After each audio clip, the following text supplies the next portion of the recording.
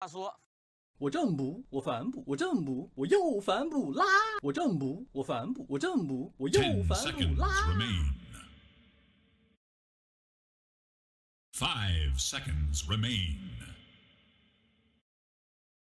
不要凶嘛！不要凶嘛！我不是故意的。Dire's turn to ban.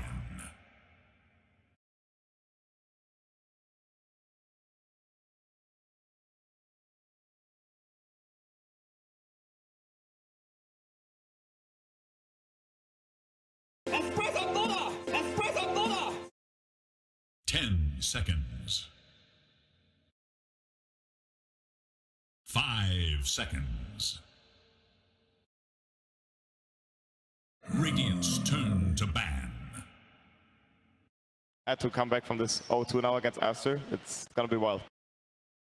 I think a lot of the time when you have this long of a break, it's about not getting into your own head, right? Because you run this mock draft like 100 times and you start overthinking, okay, what are the enemy team going to do against us? Start playing this rock, paper, scissors with yourself. So there's different ways of approaching a 5-day break like this. This is kind of, you know, unprecedented territory for us. Like, are the teams going to bring something new? Are they going to play what they did so far? And so far, nothing too surprising here, I guess you could say. Maybe aside from a first phase Sven ban. Did you expect that?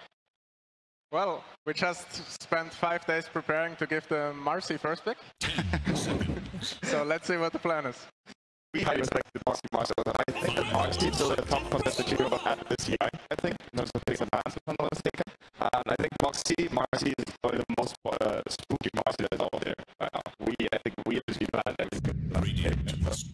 So what do you think makes him spooky on this hero? Like, what is it he does better than other Marcys? I don't know. He just gets to like 20 minutes, gets a big KB, and one-shots your carry. That sounds pretty good. Yeah.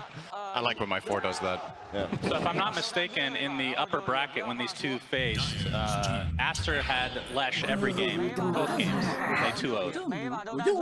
Very, very powerful and popular hero these days. Yeah, Lesh is crazy. We see the next first ban.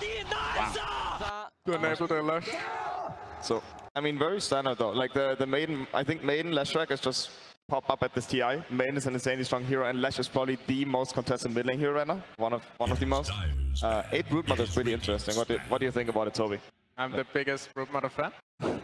I would have picked it. I'm not sure what Sai's gonna do with it. So I think we've seen in multiple series now Crystal Maiden as a direct response to Marcy. Obviously a good lane counter because you have a slow and a root as a support. Is there anything extra about this that makes Crystal Maiden a good response to Marcy? Is it just that the other 5s can't really handle her, or is it really that simple? I think the CM was more preparation for the 8-pick that was coming out, especially the Brood. And I've seen Sven and Lich against Marcy give armor. Yeah.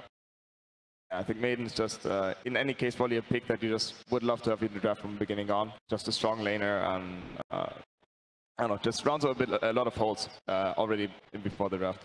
Second stage bans are pretty interesting too. Mars and Naga against Aster.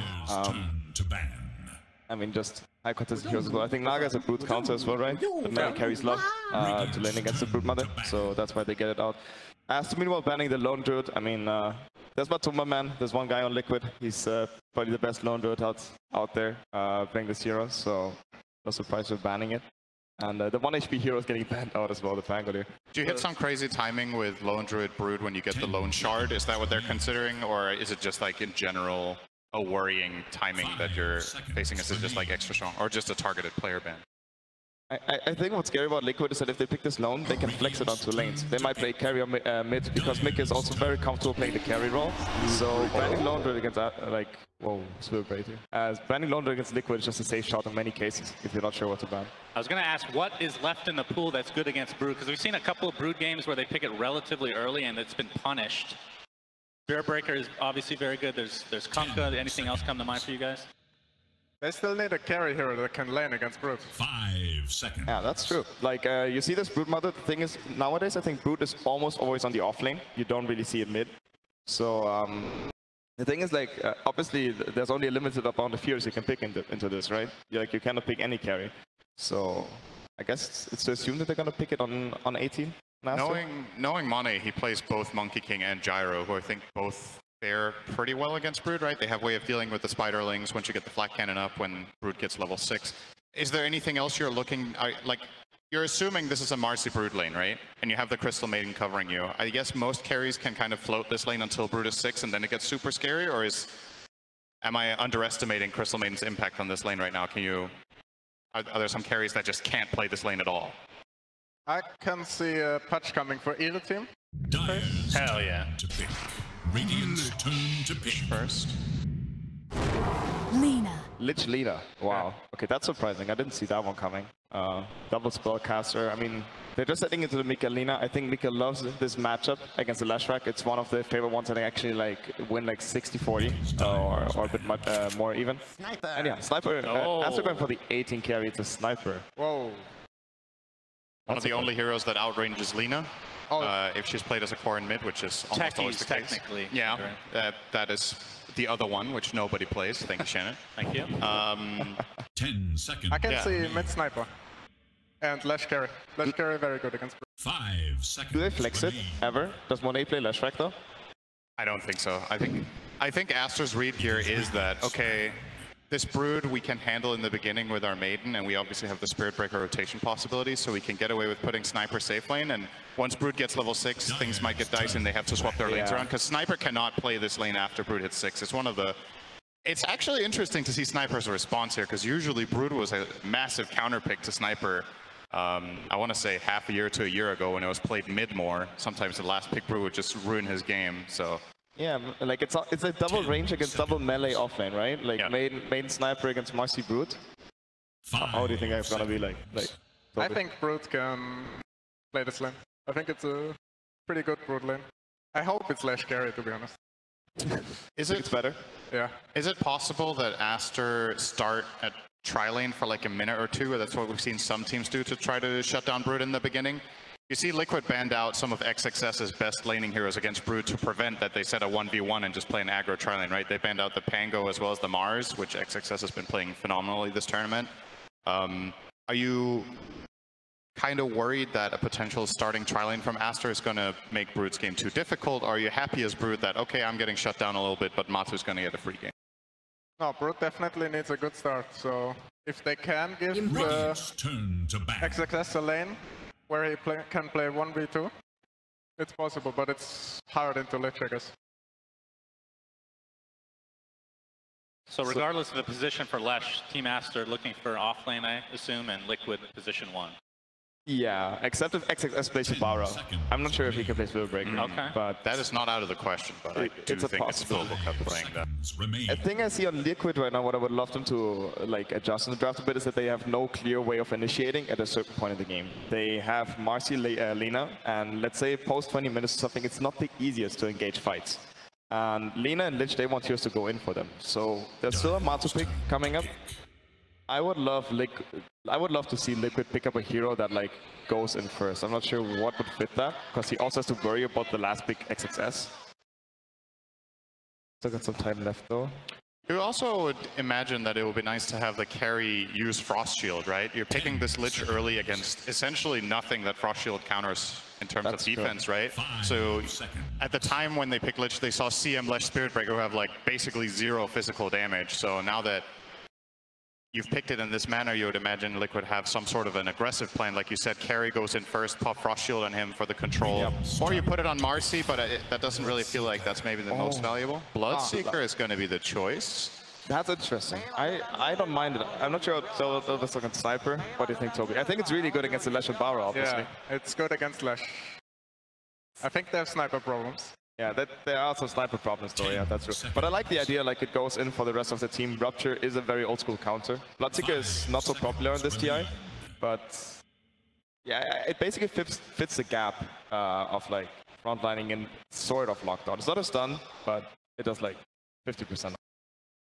So if let's say you're entertaining the idea of running standard lanes with 2-1-2, what kind of an offlaner do you pick with Spirit Breaker against Lich BS? It's a pretty strong lane, right?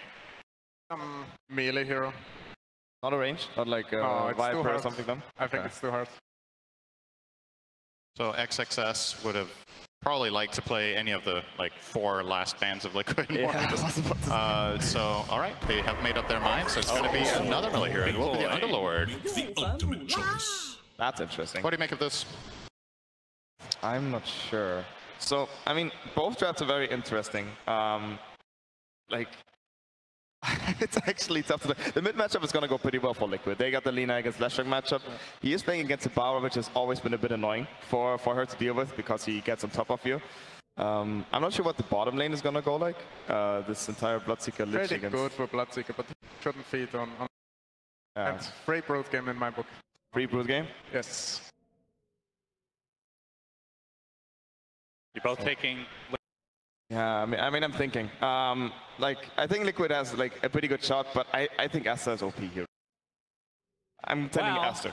Okay, split panel then. Let's go to Sir Action Slacks, who's looking like a mob boss today. Very, very nice. Let's hear what he has to say.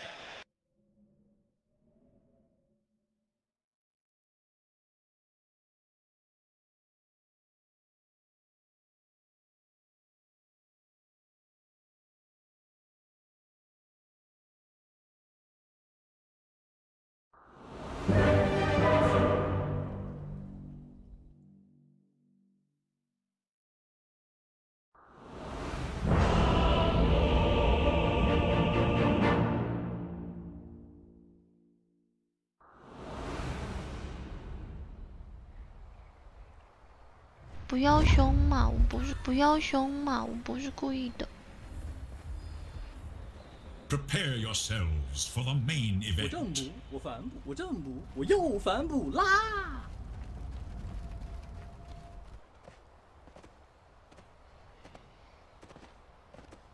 None on this stage shrink from a fight. 我正补，我反补，我正补，我又反补啦！我正补，我反补，我正补，我又反补啦！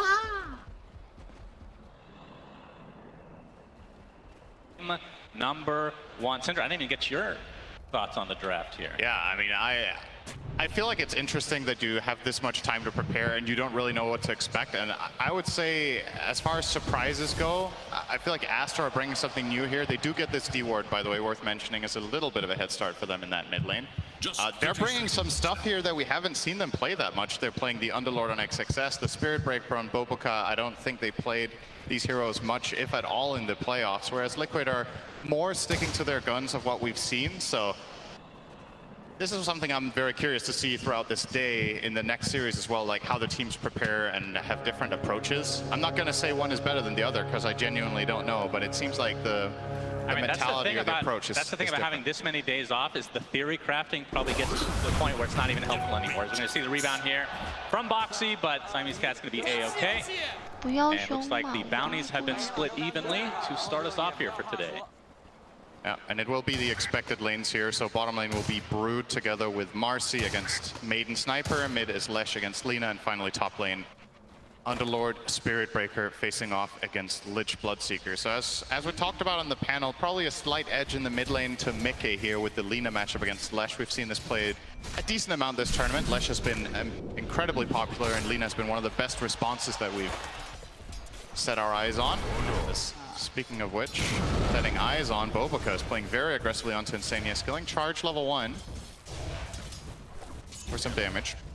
As Mickey and Ori facing off in mid lane, Lina versus Leshrac. You can see Zai getting harassed by quite a bit as we have a pause, and I don't know if those are oohs, ahs, or boos, or all of the above, Cinderin, but pause today. And the crowd goes wild. The crowd goes ah. What a pause!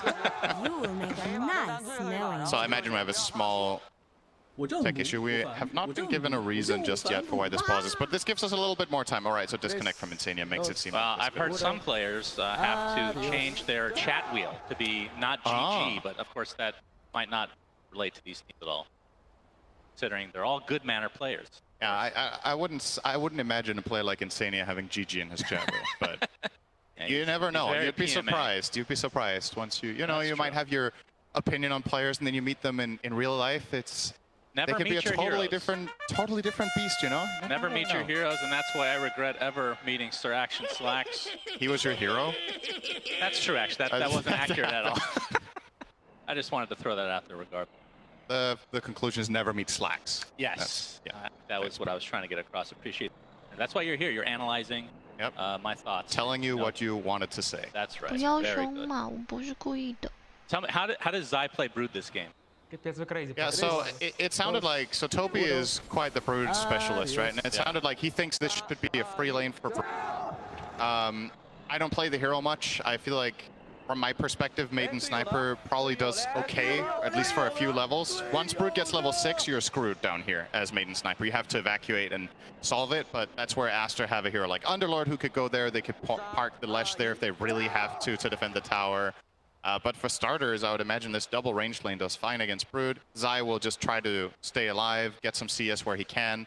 You're seeing Boxy currently planning on pulling the wave down there to try to get a little bit of a different lane positioning so that Brood can get closer to his tower. And then... Well, we're about to unpause. I want to get the crowd's reaction here. Let's do a live poll since we have some time here. I hear who is rooting for Aster today. Aster. Okay, that was kind of underwhelming. I'm not That was gonna lie. lukewarm. And what about Team Liquid? Oh my. Okay. So we have some bias here in the crowd. First it was OG, but they're not here anymore. So to the next EU. We're underway again. Insania pushing back Baboka. Mid lane still relatively even on, but 2 denies already from Nikkei, but relatively a wash at the moment. Still taking damage from Insania. If you had told me 6 months ago that Lich and CM would be played to this extent, Cinder, I would not have believed you. Yeah, it's a really interesting development. I think especially Lich, because Crystal Maiden has kind of had her time on and off recently, but Lich, it's been quite a while since we've seen given this priority. Bit of poke back and forth. Zai. This is kind of a weird setup right now. Monet kind of on the other side of his tower. But the rebound is there on top of the sniper for Monet. It's on the right click away. No dispose yet because Boxy's still only level 1, but in the end, a lot of harassment damage traded each way. Yeah, if you play Dota casually, you'd be like, why are 2 heroes behind the tier 1 tower minute 1? And this is simply what happens when the position 4 in the enemy team repulls and repositions the wave behind there. You have to go and contest this experience in gold. You can't just let the Liquid side get that for free when you have this double ranged lane. You are willing to take those trades, and ultimately what ends up happening is that Zai has a grand total of 2 CS to the 10 of Sniper with a good head start here. Monet getting in behind there. The rebound. Dispose is available this time. Shrapnel comes out to do some residual damage. Monet taking the brunt of it though. Do they have enough to get first blood in this game? Boxy continuing on, and there it is. You've just Boxy achieved with the first blood. Thanks and have fun. Sniper goes bye-bye. Great start for Liquid in this lane, despite, like you said, the CS for Zai not being too respectable, but this should open it up at least a little bit for him. Yeah, so he's not the one getting the first blood, but he gets the space in the lane now, right? He gets to, I believe, deny 2 range creeps here potentially. Nah, I think the second one will be secured here. It will. By Pichu. But yeah, Zai will be very happy with that. Even if you don't get that first blood, just getting a little bit of time. He's now going to get his level 3. Currently holding the skill point. Curious what he's going to choose, because it feels like all of the skills here actually have some decent merit with how this lane's playing out. He's eyeing up his options, not choosing just yet. We'll go for the Silken Bola now. Nice. More aggressive approach, I guess you could say. It's kind of hybrid, right? You can also use it to slow and run away, so. Like you said, once he hits 6, could be scary times for Aster. I mean, at that point, what is Monet do? Where can you go as a sniper? See another rebound this time onto Siamese Cat for the Crystal Maiden. Looks like that's going to be another death in this lane for Aster. As Boxy and Zai kind of punishing. Seen so many times with the Marcies in this tournament. Insania in the top lane, though, getting chased. Looks like he'll live as Matu trading some right clicks with XXS. Yeah, obviously the Bloodseeker benefiting massively as well whenever they play aggressively bottom, gets that thirst bonus up top and trying to turn that into even more advantage here for Liquid. Yeah, you've got to be really wary of your positioning, and it's easier said than done, right? Your Crystal Maiden, you kind of want to at least put some sort of pressure and do some damage, but at this point when Marcy and Brood are both level 3, I think you have to backline behind the sniper. If he gets jumped on, you use both your spells defensively and you try to reposition and stabilize. at the same time, if you have to sacrifice somebody, it's better that the Maiden dies than the Sniper. And then ultimately when Brute hits 6, I think Sniper's just going to sit maybe mid, or you open up top and you play up there. Okay, Zai taking some serious damage bottom. Not enough to die, but he doesn't have any regen except 1 level in Spin Web, so it'll take quite a while before he's online to fight with Boxy again. Able to TP out. I would expect the kills to start ramping up a little bit more now, just because we have such aggressive heroes overall, especially with the Spirit Breaker on the side of Aster. As we haven't really seen a gank mid. Does that surprise you at all? Because I feel like that's the Spirit Breaker special, as I say that he's charging right now. There you go. I don't think it's surprising we haven't had it yet, but I think this is a pretty good time to do it. Mickey's running out of mana. There's no power runes, but we'll not be able to find the angle here. Bobaka obviously charging from base. Oh, Boxy.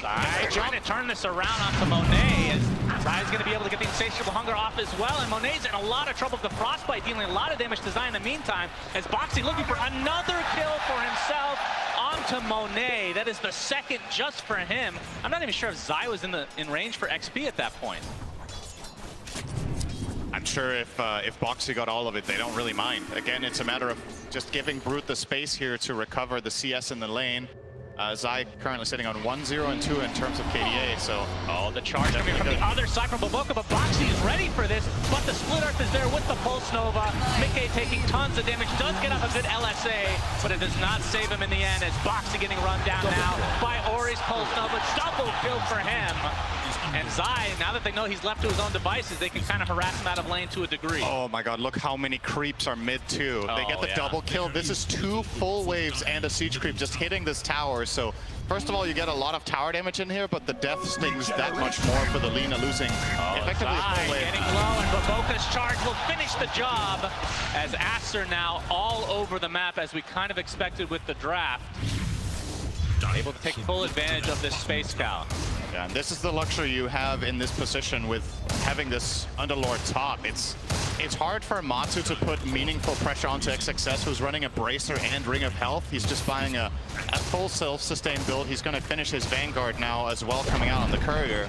So if you want to kill this Underlord as Liquid, you need to bring 3+ heroes. I don't think they have any other way. On the hunt for Radiant forces.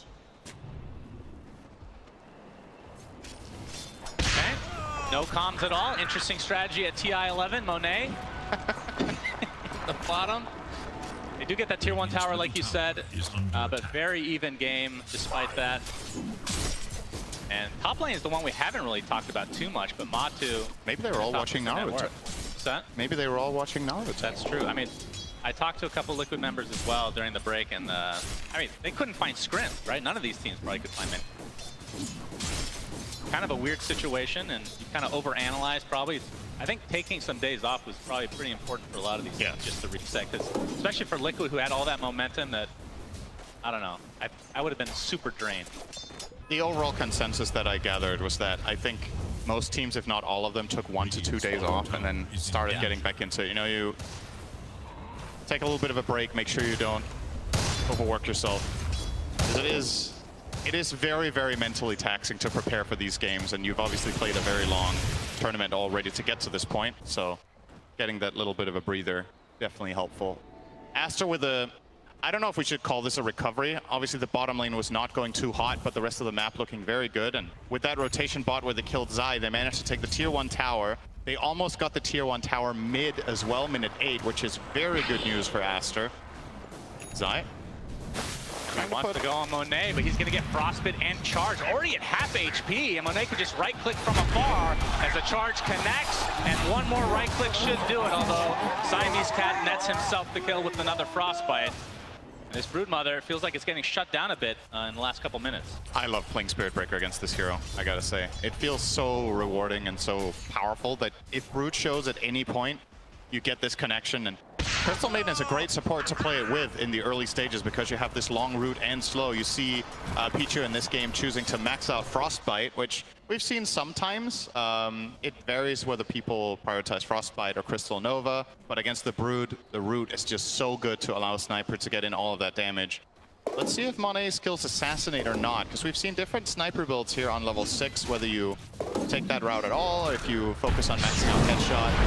Boxy with the job! And that is enough burst damage, but Boca charge, not in time. It's the humiliation. Mika gets credit for that kill. That is his first of the game. He has a haste rune still, and with the Falcon Blade going for the BKB as a pretty fast item. Matu is getting chased, but just the other side of the fog here. So very good ward there. Pichu will realize this. Like he read that all too well, so gonna get the D ward, and they force out the glyph. Lesh will immediately rotate into mid. They don't want to lose their mid tower. Ori is gonna show here. Yeah, well, Mickey is getting charged, so now there's TPs coming into the mid lane. The LSA off, uses the horsey and gives himself enough distance to get away. But in the meantime, they're going to find Boxy instead, who was trying to help out Mickey, but wasn't really needed in the end.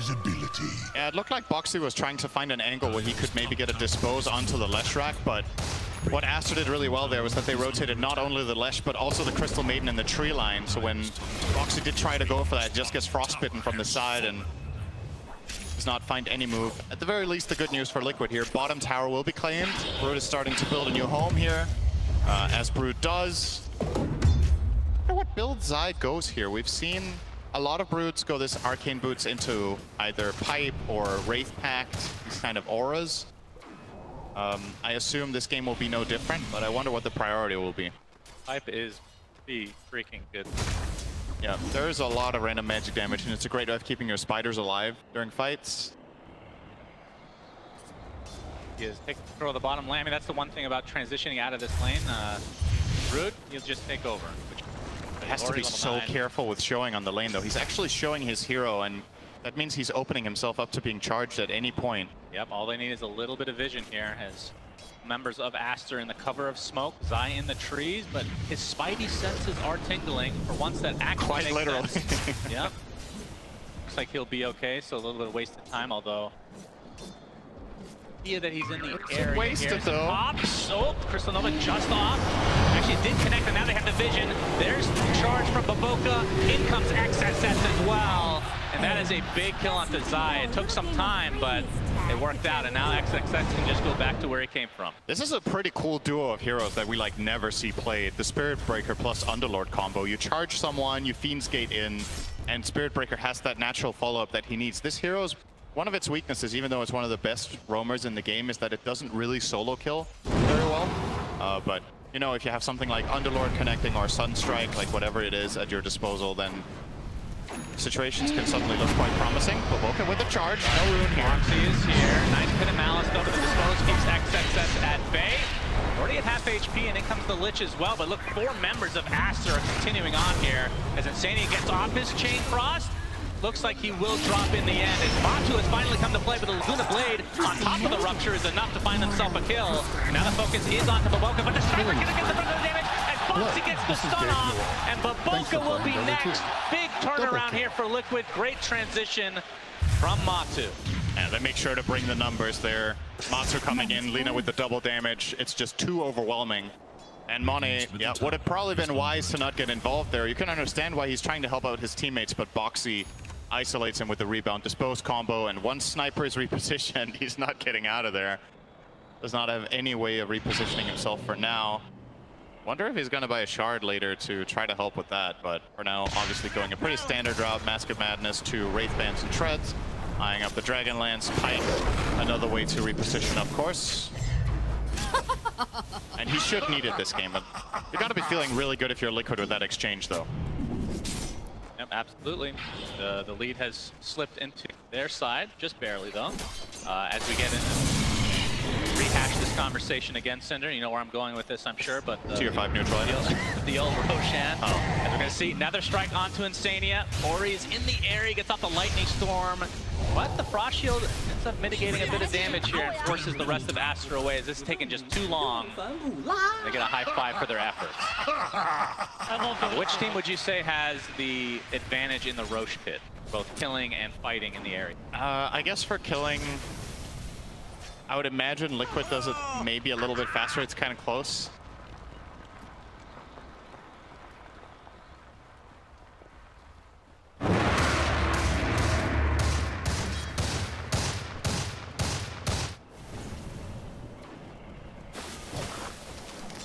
That was an Eternal Envy type showdown. That was nice. They got done with their Naruto episode and now they're playing. So good to see. Indeed. And you were saying about Roshan. Yeah, so I think overall, I guess the Dire, depending on, I guess it's level 1 sidekick. It's kind of hard to say who's faster at it. I do like Aster's chances of fighting in the area in general, though. Underlord, Lesh, and Spirit Breaker, as well as Shrapnel level 4. Is very, very good in that area. But I think neither team has any interest in even thinking about Roche for quite a while. Neither lineup is particularly good at it. There's a lot of risk involved. Foxy will get charged. Charged in the top lane next to the tier 2, but the Frost Shield comes out again. Chain Frost not really bouncing, but finally does off of the creeps, and that is going to cause Ori to drop. But Boca gets disposed. TP canceled. Second kill for Liquid. A big punish in this top lane. That Frost Shield has been kind of pretty annoying for Aster to get through. Yeah, they chose to go for that with 5-second cooldown on Nether Strike. They didn't have Spirit Breaker ult, so missing that component, but also Liquid seemed like they just read that play like a book. You know, Mickey was in position immediately, getting that counterplay. Nicely done from them. They get those two. Mickey now rocking a BKB. Is very ready to fight. Liquid actually hitting a strong timing here, and this smoke the Horsey is there. He gets stunned and brought down.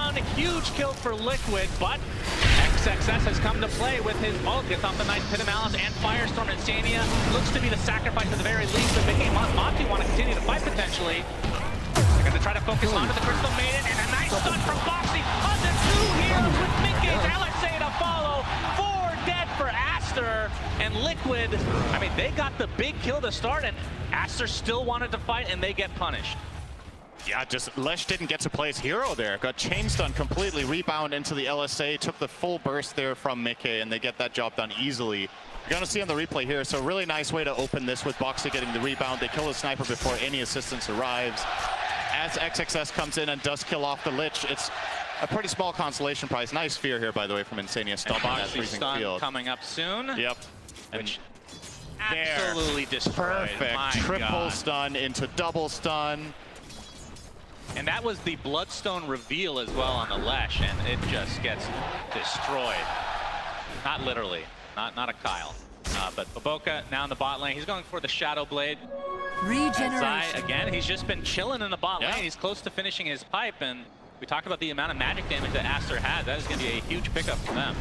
It seems like the play call here from Liquid is just leave Zai alone. Let him do whatever he wants. He needs to get that item before he really offers teamfight impact. Curious to see what the idea is now. It's coming out. We're going to see a bigger rotation. Are we looking at a bottom tier 2 tower? Are we looking at a potential rotation into killing a hero mid and then getting Roche? There's plenty of options for Liquid here with the game state they have set themselves up for. And I mean, essentially, if Zai doesn't have to join, why would he, right? He can also just keep farming down here and keeping a Pestilence, forcing heroes to rotate down here and defend, putting pressure on the tower and just farming up, get toward his next item. Maybe an Axe could be on the menu. Extremely annoying item to play Spirit Breaker against the Brood Axe. So definitely could be something he's considering. Liquid want to keep up the aggression. Okay. Now for the BKB from Matu. 2 BKBs on the side of Liquid. They are definitely ready to fight. As the Chippy Tower take a little bit of damage, but XXS is going to show himself with the Firestorm, but Liquid want to kind of reset here. One thing we didn't really talk about is the fact that two obviously face in the upper bracket, and we've seen it so many times. The upper bracket team that wins, that faces the team again in the lower bracket. The lower bracket team ends up learning more about that matchup overall, and they got to see Tundra beat Aster as well. Actually, that's what we're seeing here right now, but standing under the high ground, he is so tanky at half HP, but he'll be the sacrifice.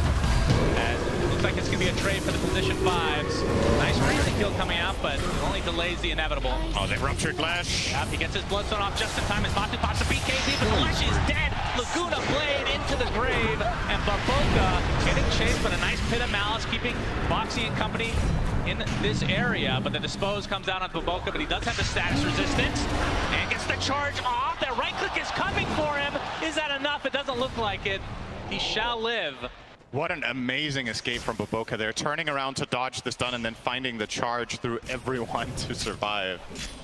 I definitely had him expected dead there, but he gets out of there. Still, the big kill for Liquid is the Lesh. They keep fighting him every fight. Zai, okay. Yep, he's here all alone. Insania on the outskirts, but the Assassinate is coming, and that's not going to help you there. So Monet getting a nice pickup for himself as he's kind of struggling. He's middle of the pack in terms of net worth, and this is a hero that you do not want in that area. I mean, how much of a comeback mechanic do you have on this hero, would you feel, based on the items that he's going for? Because he has Mask of Madness, Dragonlance, he's going for Hurricane Pike, so it feels like more mobility / utility than damage. I guess with this build, you definitely do farm slower than if you had, say, Mom Maelstrom, but you probably just have to get the Pike at this time. If you go Mask Maelstrom, it's gonna take too long before you have the essential items to be any sort of presence in a team fight. In skirmishes, this is also a pretty good single target damage build, right? You have a long range, obviously you can activate the take aim for the guaranteed headshots, which by the way are only level 2 on Monet currently, so his damage will ramp up significantly when he levels up to 13, 14.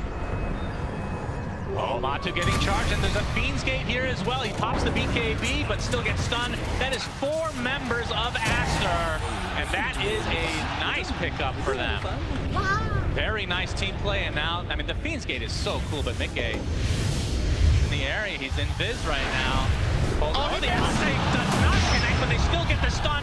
Laguna Blade to follow, but the Bloodstone healing up a decent amount. The BKB pop by Mickey, and that is enough to take out Ori again. He's left by his team via the Fiend's Gate, and Liquid taking full advantage. Yeah, that missed stun from Mickey ends up costing him a BKB charge, but still well worth it. You're happy to get that kill. And probably the bottom tier 2 tower. I don't think you have a chance of defending this as Aster. Well, maybe they are going to try, actually. XXS? They know there's no BKB, so maybe. Gets the charge up successfully inside the pit of Malice. Mickey trying to help him out, but looks like the Chain Frost finally comes out. It's only going to connect a couple times, but Mickey looks to be mega dead, and Zai and company have to get the hell out of here. He is successful, but Zai inside the pit of Malice charged up, and it looks like he's going to be brought down as well. So Aster successfully defend the tier 2 tower. It seems like Liquid had the same expectation that I did, that tower was just going to be given to them with the dead Lesh, but the crucial part in all of this is that Mickey with the missed stun ends up using the BKB on the first kill, and Aster are like, wait a minute, can't we just go on this guy and kill him with Spirit Breaker and Underlord? And they could. There wasn't enough protection there. I don't think there was a defensive dispose from Boxy to try to reposition and keep him alive. And that's huge for Aster. Yeah, we have a rupture onto XXS, but the rest of his team is coming. A nice charge onto 2, but the Blood Right does connect. Silence that Space Cow. Oh my Boxy God. right click from afar, and Matu, despite having the BKB, does have the move speed to get away. And no range for the Assassinate, or no vision for the Assassinate. If they had any way of getting vision, that could have been so much bigger for Aster, but they're very, very happy with this for sure. The game was starting to look a little bit scary for a while with the control Liquid were getting, but... Yeah, and the first Roche attempt is here, as Aster know that they're in a 5v4 situation. No BKB on Matumba either. Yeah. Bloodseeker is just not a very good hero in this time in the game when you don't have that BKB. It's so hard to run in and do anything. You can just get turned on and blasted. So as it looks, Liquid, I think they really want to try to poke at this, but it's just really difficult. They don't know the exact timing either. Every spider is getting killed outside the pit. Yeah. Looks like Monet will get the Aegis. Not putting on the Lesh. What are your thoughts on that? Yeah, I mean, it's good on both. A lot of the time we do see it on Lesh because you get so much value from getting the full mana refill when you die as well, but maybe the logic is Lesh is less susceptible to dying straight away. He has more health, he has the Bloodstone, whereas if Monet gets jumped, he can just die instantly.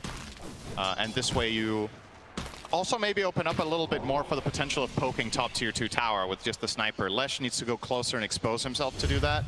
Sniper can just safely take it from range, and if you do try to jump on him with your Marcy combination with Lina, you know he has that second life you have to worry about. Both those cores have 4 deaths each, Monet and Ori, but they've kind of brought this game back, Cinder, and it's network-wise very even, and obviously with the Aegis, it's going to help them potentially extend that just a bit. Tower is not being defended yet. And I think it is worth keeping in mind for a game like this that a lot of the expectation of how the game goes kind of rides or dies with Brood, right? And Zai's impact, aside from, you know, pushing out this bottom lane being there, has not felt like Brood has been a first phase hero, right? Or arguably it has, because Aster solved it so well. a lot of Liquid's Brood game wins, they would be in a much better position than this now. And I think even just in an even game state like this in terms of gold, the Radiant lineup is having a pretty solid time scaling late game. I think a lot of what Brood offers becomes less and less important against this lineup. Whereas Aster's lineup is just going to scale to the moon, right? Sniper, Underlord, Lesh, Tricore. True, Wraith Pack has been there for a little bit on the Underlord, as we see a full here Aster. They trying to go into the end triangle is the question. Or staff picked up from Mickey, actually. So he's going the full Hurricane. Sold it again. Yep. Oh. Mind for now. He's still... Oh, he's changing over to Silver Edge. Okay, so I guess he wants the break for Atrophy Aura. And they need some more damage. He's gonna get spotted, charge, right click, dead. Easy kill for Aster. See if they go for this tier 2 tower bottom now that they have the top. Or if they're just happy to farm away. I mean, how important is it for Aster to use the Aegis in an effective way? Or are they fine just farming? Like you said, they do technically scale better. Yeah, I think they're fine farming, but I wouldn't mind seeing them trying to use this Aegis for another tier 2 tower. Probably mid is the most accessible one for them right now, because I think Brood really thrives in the bottom tower area. There's so many trees, so many angles you can find there to be annoying for the support. But he changed his mind again. He went hard. Oh, he changed again. All right, well, maybe the gold lined up nicely.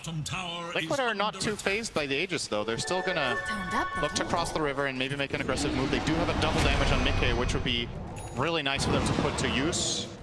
Boca will push out that wave and reposition himself. It looks like Aster are aware that Liquid have some big plan here. Ori also farming very defensively over on the ancient side, making sure to stay all the way left to not get caught. And this move from Liquid will bear fruit in the sense they get some good aggressive wards out. You see they get the good ward over at the Radiant Triangle. And they get a good ward down in mid, so definitely looking for some sort of catch against the Aegis team at some point in the near future. But it looks like they'll have to settle for Mickey just, you know, 10-shotting the top tier 1 tower casually with sidekick and double damage. Packing 400 damage with that per hit. Not bad. But now it's run out, and Aster will opt for the bottom tower rather than the mid one. This was the one they had the option to access. I think they would have been happy to take mid, but that's where Liquid were grouped up and covering the lane, so they will settle for a trade in the off lanes. They will get it successfully, so 2k lead for Aster is the Aegis. Okay. It's expiring in 40 seconds. Well, knock on the high ground though. Sniper very good at this, obviously massive range. The only repositioning tool Liquid have is, aside from an offensive pike from Mickey, which is probably a bit naive to think is going to happen, you have level 2 dispose. So he's feeling pretty damn safe standing down here hitting this tower. You just keep throwing out one shrapnel if he wants to hit it some more. There we go. He's gonna keep poking at it. Pop the mathematics. You're sending in Ori. Is coming for Liquid. Ori up in front. He's gonna get rupture tops the BKB. That's not gonna do too much for him. But kept himself away far enough as the Aegis is expiring in 3 seconds. Trying to get through the Fiend's Gate. He does so successfully. And Aster retreat.